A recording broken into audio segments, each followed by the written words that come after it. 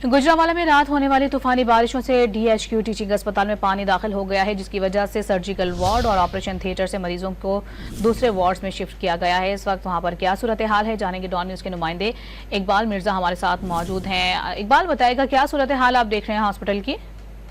जी बिल्कुल, ये गुजरांवाला में गुज़श्ता रात जो है वो तूफानी बारिश का सिलसिला जारी है, जिससे DHQ टीचिंग हॉस्पिटल में जो है वो बारिश का पानी दाखिल हो गया और बारिश के पानी ने सर्जिकल वार्ड और ऑपरेशन थिएटर में जो है वो मरीजों को सख्त मुश्किलात का सामना करना पड़ा। उस वक्त फौरी तौर पर जो है वो इंतजामिया ने मरीजों को जो है वो दूसरी वार्ड में मुंतकिल किया और थिएटर को कुछ देर के लिए बंद किया।